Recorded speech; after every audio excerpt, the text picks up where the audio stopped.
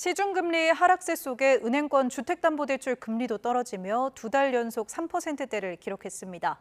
다만 이처럼 강화된 대출 규제에 더해 조만간 집행될 2차 추경 여파가 금리 움직임에 영향을 줄 거라는 관측이 나옵니다. 손효정 기자입니다. 은행권의 가계대출 금리가 6달째 내림세를 나타냈습니다. 특히 주택담보대출 금리는 직전 달인 4월보다 0.11%포인트 내린 3.87%로 넉 달째 떨어졌습니다. 2달 연속 3%대에 머물렀습니다. 은행채 금리 등 시장금리 하락이 대출 금리에 영향을 미친 것으로 분석됐습니다.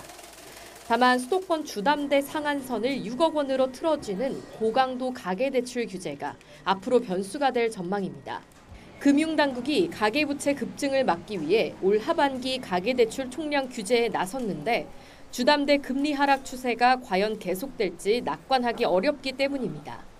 한은은 이번 대출 규제 효과를 지켜본 뒤 은행권이 대출금리 인상 여부를 결정할 것으로 내다봤습니다.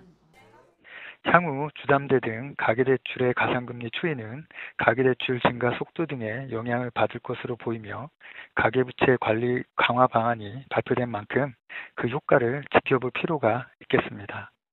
시중은행은 7월 1일 3단계 스트레스 DSR 시행으로 대출 문턱이 또 한 번 높아진 상황에서 대출금리 인상에 신중한 입장입니다. 시중은행 중에 한 군데가 뭔가 시그널이 있을 테고 그러면 따라가는 구조일 것 같은 느낌이 듭니다만은 누가 먼저 나갈지는 아직 모르는 차원이죠. 이재명 대통령이 직접 예대금리차 확대를 지적한 상황에서 은행권이 대출금리를 올리긴 힘들 거라는 분석도 있습니다.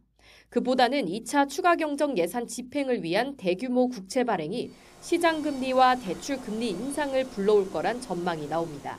시장금리를 끌어올려서 지표금리 상승으로 인한 대출금리 상승이 예상되죠.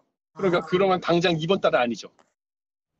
가계대출 총량 규제에 이어 대출금리 상승까지 더해진다면 주택 구입을 위한 실수요자 부담은 늘어날 수밖에 없다는 지적도 나오고 있습니다.